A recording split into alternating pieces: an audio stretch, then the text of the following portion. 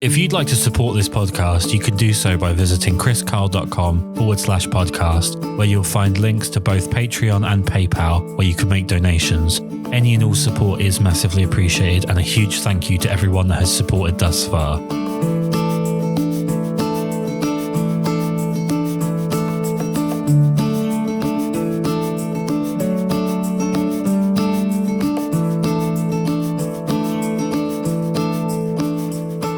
I'm an enormous fan of landscape photography, although it's not something that I'm in any way remotely even close to being good at. And I think a lot of that comes down to process.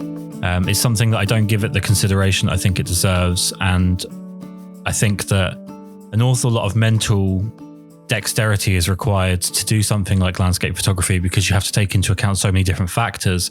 One thing I do notice with landscape photography is there are a significant portion of people who do landscape photography that do lack a distinctive style.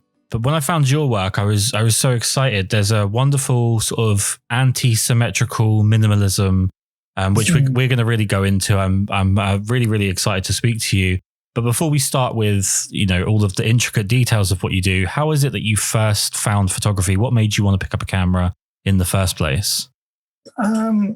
First of all, I'm quite late to photography. I'm 49 now and maybe picked up a camera 3 years ago. Always kind of had maybe an artistic streak, or kind of it's always been there. Again, just work and what have you kind of led me down another path. But I think I just I picked up a GoPro. Was my first kind of delving into cameras and just messing around. It was mostly making little short videos. I just started getting quite into it. And then that kind of led me to buy my first camera. I think it was kind of leading that way anyway, but I went over, my sister lives in America, and stunning scenery where she lives in New Hampshire. And she had a camera that she never used. So while I was over there, rather than taking snapshots on my phone or the GoPro, I borrowed her camera, didn't know what the settings did, stuck it on automatic and just fired away. But I think that kind of fired up my enthusiasm for it. And that led me to get my first little crop sensor, Canon, snapping away with that, kind of trying, finding out about different methods and what you can do with a camera. And then I discovered filters, neutral density filters. And then that just kind of fascinated me, that you could kind of stop time in a way, and kind of just change a scene so much to make it more kind of, I guess it appealed to my kind of fantasy type but it was just not the norm. It wasn't, you weren't documenting it as such, you were giving it your perspective and with the aid of these filters. So again, bought a 10-stop circular screw and filter, pretty cheap. Didn't know what I was doing. Went down to Swanage Pier, a classic kind of the old pier there, classic long exposure shot. Luckily there was, I don't know his name. There was a Dutch photographer there, and he knew what he was up to, and just coincidentally he was there at the same time, kind of gave me a few pointers, and actually came away with some decent shots, and then, or decent at the time anyway. And then kind of, it just didn't stop. Filters are just something that kind of just adds something to the photography. It kind of, it does something for me. And it's still going on. It's a bit of a shame I live so far from the sea, because I kind of miss going to the sea. Obviously during lockdown, in some ways lockdown's helped, because it's kind of made me look closer and look for different things. But typically being in one of the most landlocked counties, I really love the sea. That's always the way, right? That's part of being that's part of being English, is being anywhere but where you want to be.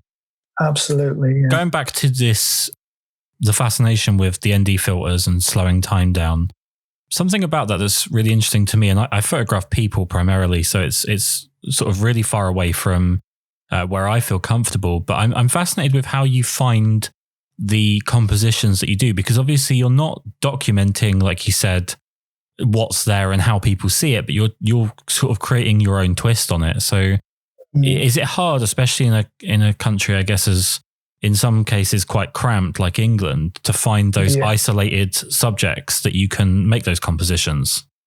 It is hard. There's kind of if you look on Instagram or wherever, there is the classic kind of LE shots, long exposure shots and locations.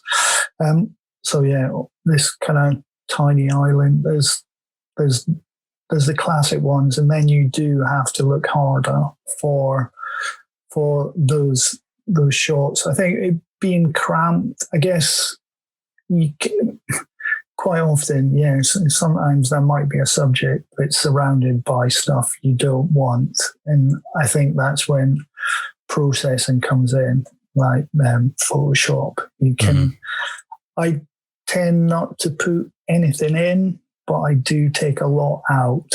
Oh, okay. That's kind of how sometimes when it's not as kind of lonely as the subject may appear, it's processing that kind of aids that kind of feeling. Well, I found you when I was on a bit of a hunt for landscape photography that involved a Hasselblad 500 cm, and you go down a complete rabbit hole and you end up somewhere where you didn't think you were going to end up. But one of the reasons that I kind of stuck on your work is there's so much square aspect ratio. Yeah. And you shoot digitally. So what's the attraction towards square aspect ratio? Honestly, I don't. Well, maybe I've got a fascination with medium, or the kind of the square format, or the kind of aspiring to do. It is a strange one, because my go-to is to go square, and I'm not even sure I can pinpoint where that's from. Maybe it's kind of, you give it, a lot of my work is just a subject, a main subject. There's no kind of two ways about it. There's one subject. There's no kind of debate in what's to be seen. Mm-hmm. I think maybe the square format gives it equal spacing all the way around. Obviously, you can sometimes move it to the left and move it to the right, but I think, I don't know, whatever it is, that's my kind of go-to format. Some things don't work in square, but I don't know, maybe kind of real landscapes should be done in 16 by 9 and in 2 by 3, but I guess maybe it's kind of influenced by other people's work as well, that seem to, most of the work is square, but it just seems to be, I can't pinpoint why that is. I mean, when I look at your work, one thing that sort of really jumps out and I really enjoy, this is such a bizarre personality trait, but I'm very anti-symmetry, generally speaking. Okay. I don't mind things being close to symmetry and then there being juxtaposition within it, but complete symmetry tends to not have much of an effect on me. And with your work, I find that you are pretty much exactly in that lane of being like right up to the point of being symmetrical, but then throwing in something that just skews the image, and it gives you a sort of a reading angle. When you're looking at it, you feel like there's more of a direction to it. Do you think maybe the square format might be that sort of symmetry with a juxtaposition involved? Potentially it could be, yeah. I think I've I do, when I'm out shooting in that, I do look for symmetry. I try to find symmetry when I'm out there, because obviously it's kind of pleasing to the eye. But it's interesting you say it's symmetry up to a point, and then it's kind of off skew. Again, I don't know if that's intentional, or is that maybe that's just a reflection on me that, yeah, maybe I just kind of off skew myself. I don't know, but it's interesting. But I do like going for symmetry. I think obviously it's pleasing. I do try and get that, but I guess quite often nature doesn't give you symmetry. That's very true. Yeah. I mean, you get some symmetrical months where you're not allowed to go out for months upon months in a row. There's a bit of symmetry there, I guess. But that's true. In terms of seeing the final product, because when I photograph people, I'm seeing the person. I know how I'm going to photograph them. The only time I really have the issue of being able to see beyond what's in front of me is if I'm using studio lights.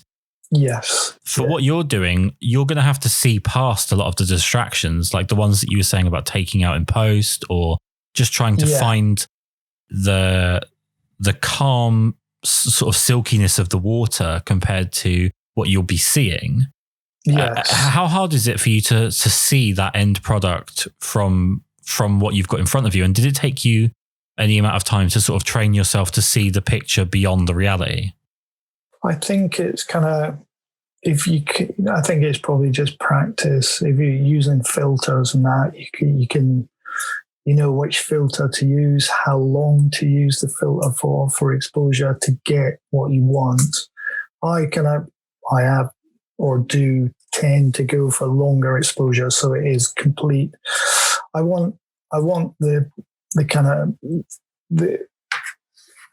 it to be pretty much all about the subject. The surroundings are less important, or a backdrop to the subject.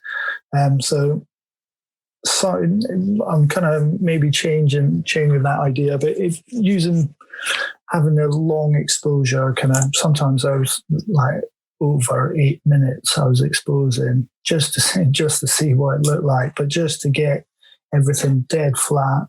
If we're talking water, even for a start, I was quite interested in LED filters changing the sky and making streaking clouds across it.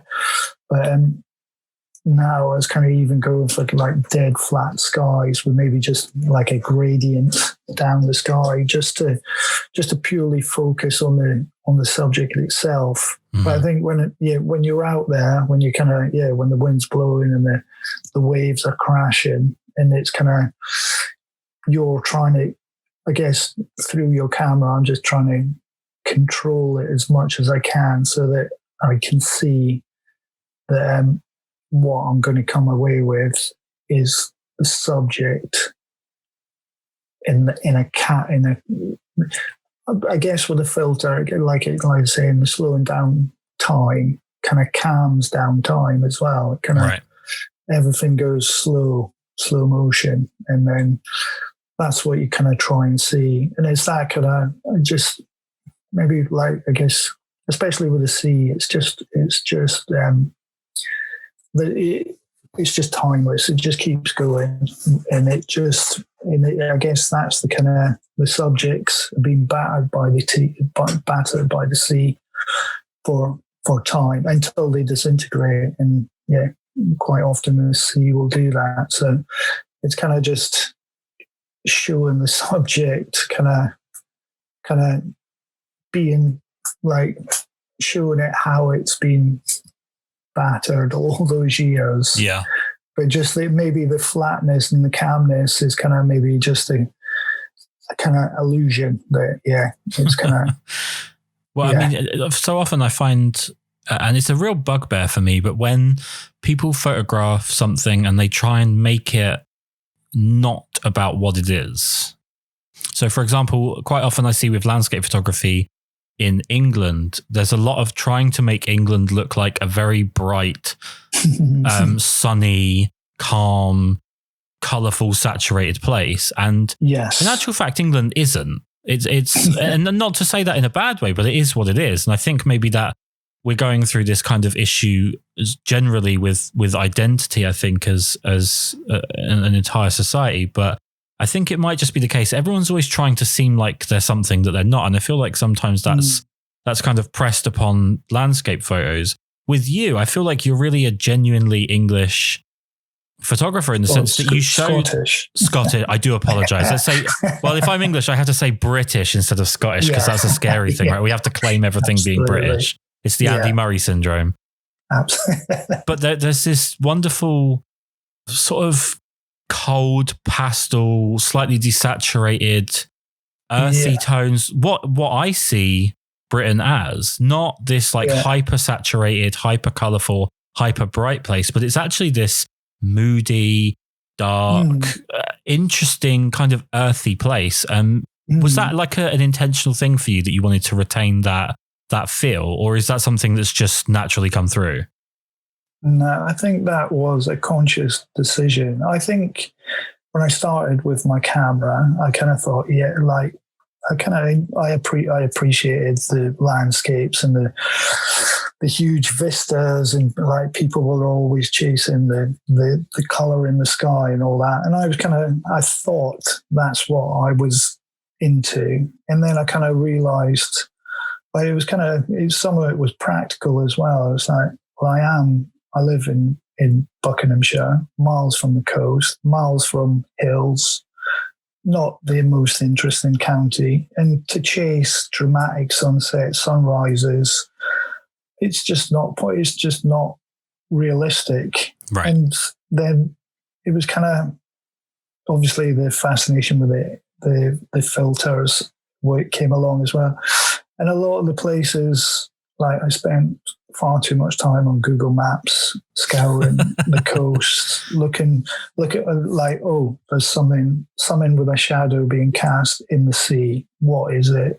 What, like, it's just, and generally a lot of the interesting subjects kind of lead you to more kind of industrial parts of the coast and like neglected parts of the coast. And if I was, it might look pretty cool. It's kind of juxtaposed with a crazy saturated sunrise or something. But most of the time when I see it, the weather's pretty bad. There's not much color, and that's as much as I kind of try and portray something.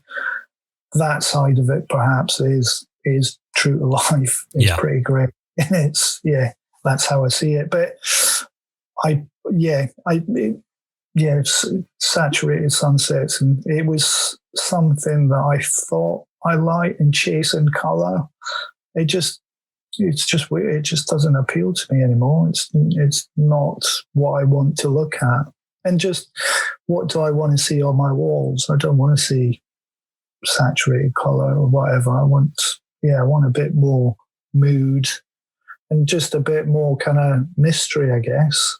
So are you actually excited when the weather's being profoundly British? Is that when you're most excited to get out and shoot? Because so speaking from the point of view of someone that photographs people, I find it very easy to put mood into an image because there's a person there to convey the mood. Yes. And that's like, to be honest with you, I feel like photographing people is a bit like photographing flowers. It's significantly easier than people that do it will ever admit, but it's a fairly easy thing to do. Whereas photographing something that doesn't have people involved, it can be quite difficult to convey mood. I think a lot of people have that issue. Yeah.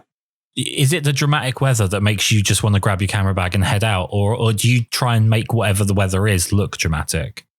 I obviously like having a normal life, a normal job, whatever. I kind of sometimes, if it's the weekend, regardless of the weather, I'll be out trying to capture something or trying to make a mood. But if I was if I had nothing else and I could just go out when I could, then my go-to days would be dull but dramatic. Like I do like a dramatic sky, and obviously light isn't, well, it's so important. So it would be a moody day with kind of breaks in the clouds, or fog.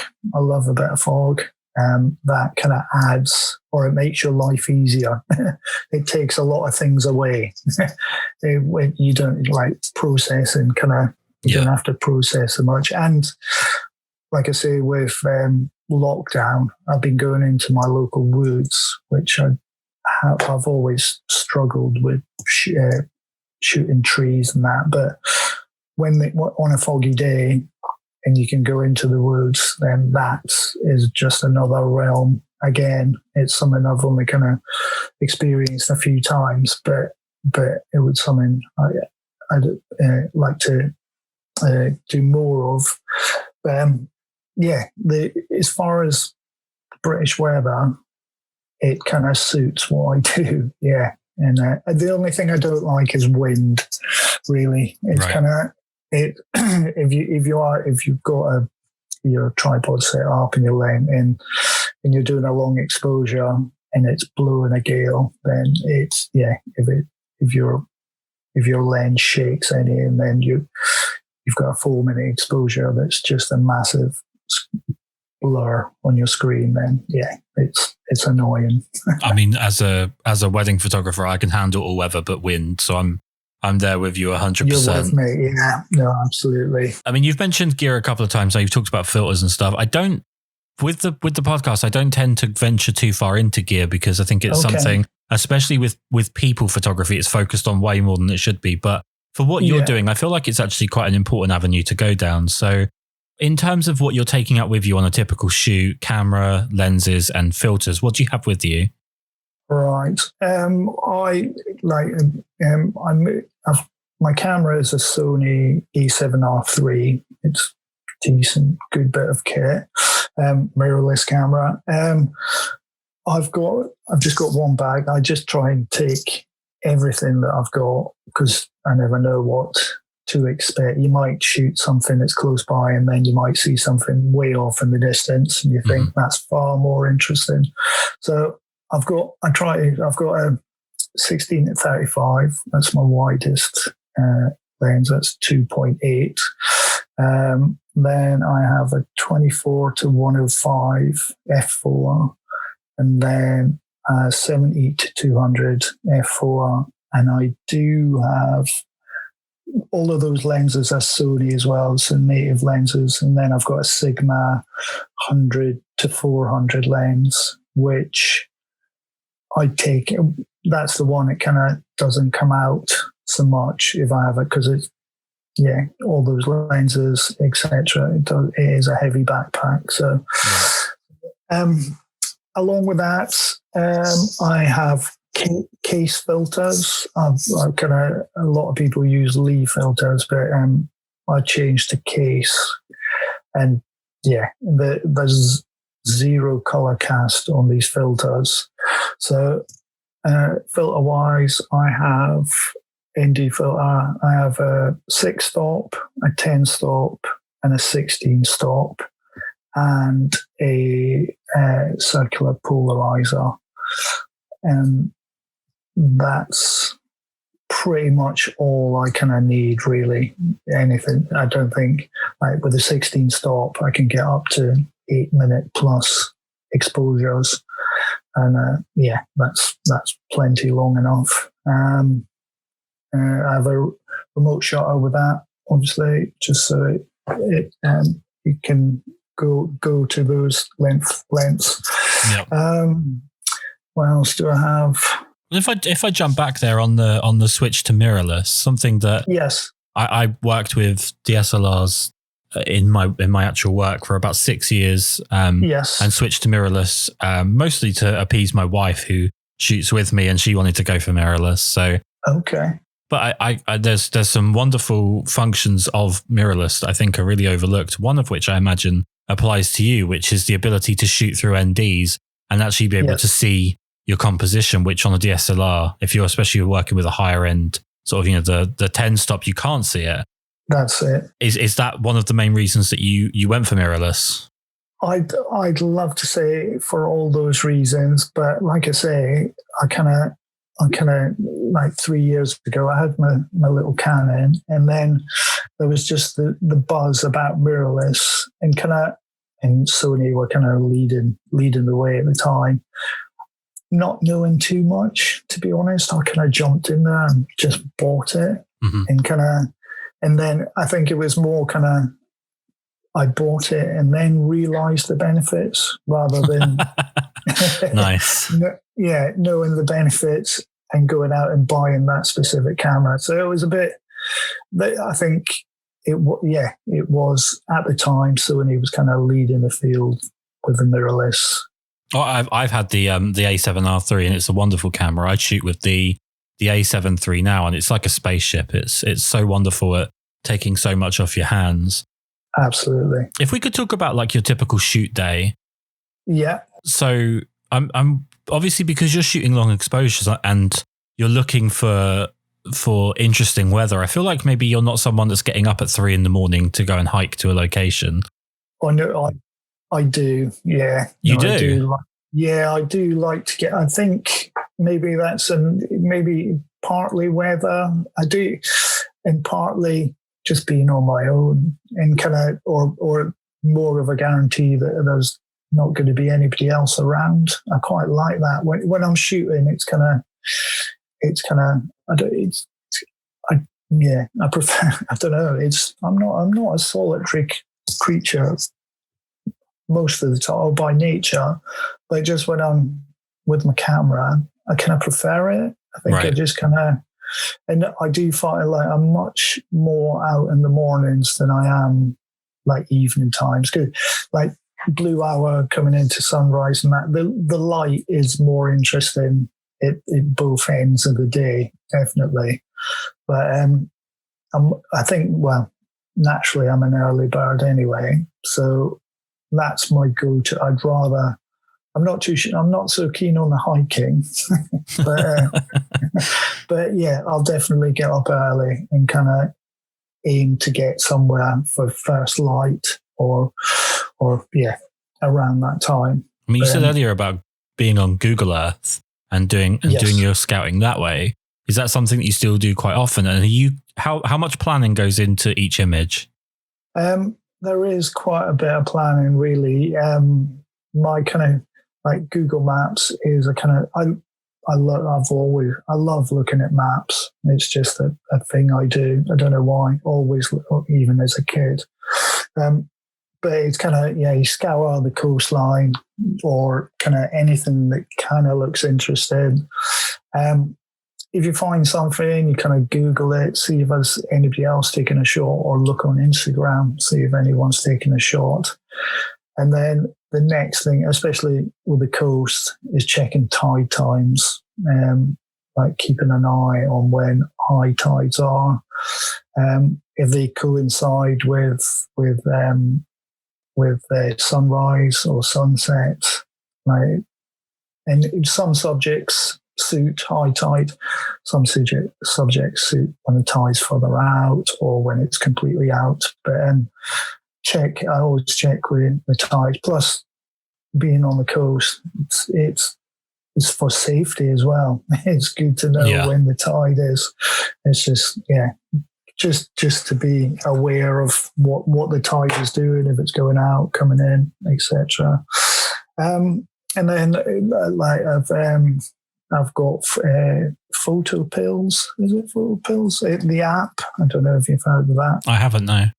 No, it's good. It kind of gives you like an augmented reality. It shows you if you're out in the field, you can hold it up and it will show where the sun's going to come down or where the moon's going to rise or anything like that. It's pretty good app to have with you, along with the photographers. I can't even pronounce it actually. Ephemeris. That's probably wrong, but that's another app. It just shows you direction that the sun's going to rise and where it's going to rotate and what time you're going to be. So you just kind of, these kind of things help just to kind of maybe give you a bit more of a chance when you're out there. Well, you're mentioning obviously having a bit more of a chance. What's the success rate like for all of that planning? Do you know what? You don't always. You're always wanting more when you're out there. You're always expecting. It's every shoot is going to be the one.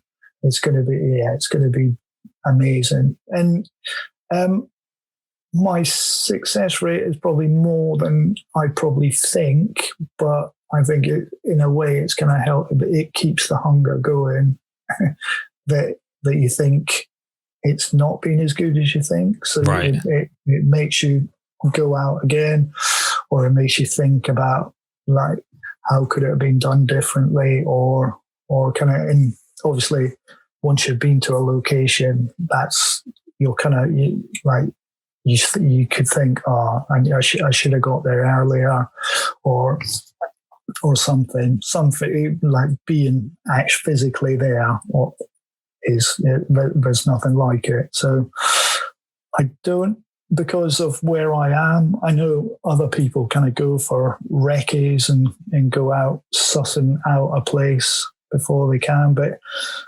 where I am, it's kind of, it doesn't allow for that if I want to go to the coast. So I've just kind of like, quite often it is just reading the forecast, looking at the app, and then. But the thing is, once I jump in the car, it's about 2 hours to the coast, so I'm at the mercy of the elements. So things could change a lot in those 2 hours. So I've just got to go for it. Just commit. I'd rather be out taking crap shots than not being out at all. 100%. Really. Yeah, so it just and then it kind of, if you don't get it at that time, then it'll just spur you on. You've kind of seen where you are. You see what you need to do. So you do revisit locations. I do, yeah. I think I probably, when lockdown ends, I think even just for the joy of being at the coast, I might just revisit some places that I've been a few times, just purely because I can again. I think it's just get your hand in again, just more practice. So I don't think, like, it might be shots that you never ever kind of show anyone of that, but it's just, there's some things you just like shooting, and you shoot something. I'm sure you probably the same. You kind of think you shoot something, you can always think, I could do that better. I could do something. Yeah. So I don't think it's ever. Well, photographers that are like really satisfied with what they've done and don't feel that way scare me a little bit, because I feel like whatever you're doing, you should always feel like you could do a better version of it. And it's like the curse and the joy of being someone that's trying to create something, is that you're never satisfied, but you're always having fun. That's, yeah. I think because I feel, sometimes I feel I haven't served my apprenticeship. Kind of, I speak to people, I started in film and then I did this and that. I feel I do have kind of imposter syndrome sometimes, because I think I've just jumped into this. I haven't really kind of served my time, so to speak, of kind of going through the DSLR or the SLR and kind of going through it. So I did. So that kind of keeps me kind of feeling a bit like I need to improve. I need to get better. I need to kind of like earn my stripes or whatever it is. So whatever it is, it kind of keeps me going. And it does drive me definitely to, and it's the photography and the processing as well, I think. Are you someone that has like the idea of a long-term goal with it, in the sense of maybe producing a book or something like that? Oh, it's kind of, like I'm sure you know that photography is wonderful, but it's very expensive. Yes. And my ultimate goal really would be to a book I haven't really thought of, but just actually getting a printer and printing my own work. I think I kind of, it is a shit. Like I've got, like, say, the Sony A7R3, it's 40 something megapixel camera, and most of my images are only seen on a thumbnail on a phone, and it's just to do the camera justice. I feel it needs to be printed big, it needs to be seen big. So that kind of journey is going to happen, but I've just invested in a decent monitor, which is an eye-opener because I've just been editing on a laptop. So it's a journey, it's a slow process, but so now I've got my monitor. I've now got to get a calibrator to calibrate my monitor. So but it's all a learning process as well. It's just more, it's like an onion skin photography. There's just so many layers to it and there's the printing, there's the whole editing and the printing.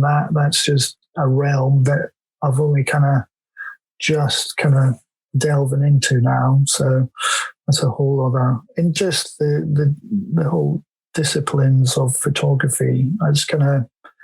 Someone asked me to take shots of their dog not that long ago, and my partner Sarah, her daughter is a photographer, and I borrowed some of her strobe lights thinking I knew what I was doing, and then went and taken a shot of a white Alsatian. And do you know what? I absolutely loved it. Something I'd like to do more of. And but again, it's just a realm I know nothing about. But it's something I'll possibly, pet photography. It's I only thought about it once I'd done it, but yeah, I can't see me ever getting bored of it, really. It's fascinating. Well, I'd certainly be interested to see maybe convincing you in future about doing a book, because I agree with you. Your images do deserve printing. And one thing I really like about the work that I've seen of yours is you have lots of these very still minimalist shots. And then every so often they're completely juxtaposed by these crashing wave shots that I feel like really offset the mood, but they tie together so well. And I really feel like there's kind of like a calmness and chaos book in there somewhere that all of this could be combined and really make something that would tie together really nicely. I appreciate you saying that. And I think it's maybe doing a bit of justice to the sea as well, because like you feel maybe it's a little bit silly, but you feel like with the filters, you're kind of mastering the sea, kind of like you're calming it. You've got some power over it. Mm-hmm. You're doing, but the sea's untamable, and you go down. That's the only. And I guess Britain's quite windy as well. And all those days that it's windy, if I'm not getting out because I can't do long exposures, I think I had to find some way of getting out on a windy day and going to the coast on a stormy day and catching that a wave, or just the power of the sea. And it's kind of, maybe it's the two ends of the same thing, so to speak. So yeah, I guess there is a juxtaposition now, but a theme at the same time. Well, with you, it's really standing out to me, and you mentioned it obviously very on your previous answer about sort of that zest for it and enjoying it so much and never getting tired of it and always wanting to learn something new. And maybe I think it's a generational thing. I'm 32. I think I'm packed into a 60-year-old's mindset. I'm not someone that feels young, and I've never really felt young. I've never really liked young people. Right. But I feel like now everyone wants to appear as if they've mastered something. Yeah. And I feel like the more you know about something, sometimes the less you enjoy it, because for me, the enjoyment is in learning something new, not in just repeating something I already know. And do you feel like maybe obviously this is a completely unfair conversation to have because they can't chime in, but do you feel like maybe for younger people, by trying to look like they know everything, they're actually missing out on the fun? Potentially, I think they could be. Yeah, it's kind of, I think maybe when you're younger, kind of admitting that you don't know or you're not sure or something is probably a harder thing to do. Whereas maybe age, it's not a bad thing, and I'm quite happy to say I don't know or I need to know more, and then that kind of then there's no pressure. I think maybe with younger people, as maybe kind of reputations or kind of whatever to uphold that they need to know or they need to appear to know. When that you get a little bit older and it doesn't matter so much, and it's more about being honest and just. Yeah, if you don't know, it's not a biggie. In reaching out for help, I think that's never a bad thing. I think anyone that you admire your work, that if you admire their work, I think don't be scared to reach out and just talk to them. And I think I've done that. There's people that just I look at their work and I'm just blown away and just don't understand it, but I've kind of reached out, just not to copy them, but just to try and understand a few things. And to be fair, everybody that I've reached out to has been very helpful, and I think you should be as well. I mean, people have reached out to me, and I think you have to be, because it's flattering, because we've all kind of started, or we're all at a point in a journey. Nobody's completed that journey. We're all at different stages. Mm-hmm. And then it's just, if you realize that you need help, then if someone asks you for help, then you should be more than happy to give it. I can kind of appreciate some people when they've got a style and they want to protect that style and that. I can appreciate that at the same time, but it shouldn't help you. It shouldn't stop you just even talking to someone. I think, just talking to people, just being social is never a bad thing. I completely agree. I've been kind of stunned to date on the number of people that I approached that I didn't think I'd ever hear back from, and they've been so forthcoming with their time and their knowledge, just like yourself. Yeah. I have to make amends for using the word English when I should have used the word Scottish. But before I get to that, one last question. I mean, like I said earlier, there is a genuine Britishness to like the color palette, the composition, the chaos of your work. If you were to go and photograph somewhere that's sort of a very different landscape and climate to England or Scotland or Ireland or Britain in general, do you feel like your style would adapt to where you're photographing, or do you feel like you would bring the style that you have to that landscape? I think I would have to bring that with me. That would, wherever I went, that would come in my suitcase with me. Yeah, to kind of, I don't know. Yeah, maybe it's unfair to the place that I go, but I'd have to bring that with me. It's just maybe, just giving that sprinkle of Scottish dourness to even the brightest place. Yeah, I think I'd bring it with me, definitely. I've seen some people that photograph the deserts, and their color palette is pretty limited. It's quite high key images, but that to me, I love it. It's just like it's like a different type of sea, the desert, and that kind of fascinates me. So maybe one day I'll head to the desert. Well, on that note, actually, somewhere that I visit at least sort of once every 2 years is I go to Nevada and I try and visit Valley of Fire. Is just, regardless of if you take a camera with you or not, it's worth a visit just to see the tonality of the place and the wildness of the landscape. And with your color palette and your approach, I'd actually be quite fascinated to see how you would take on Valley of Fire, because everyone seems to photograph it in the same way, and it'd be quite nice to see it have your edge brought to it. No, it would be interesting. Absolutely. Yeah. I think, it's kind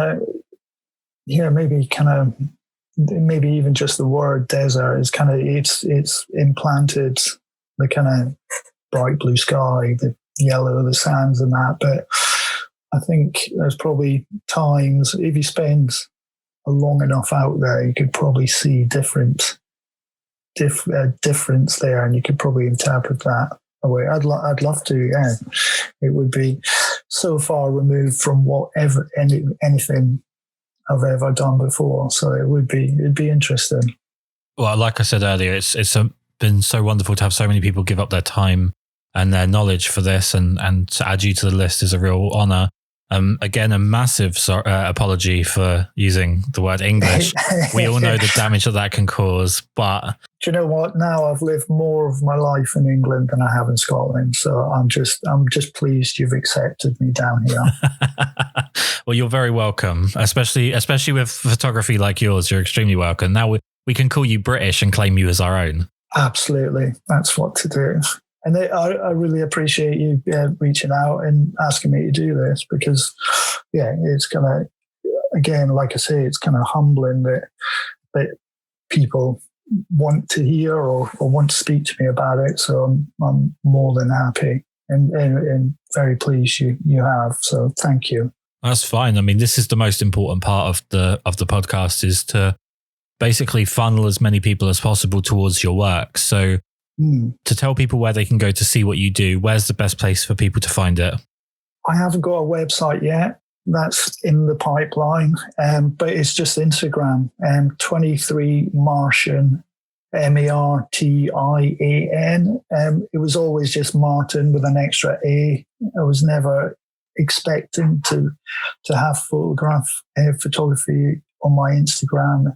I just started it just as a fun thing, but it's kind of changed. So most people have got pretty sensible kind of their name and photography, but I've just stuck with Martian, and for better or for worse, that's where I am. Well, thank you so much for taking the time. It's been a real pleasure to talk to you. I appreciate it. Thank you, Kris. Thank you.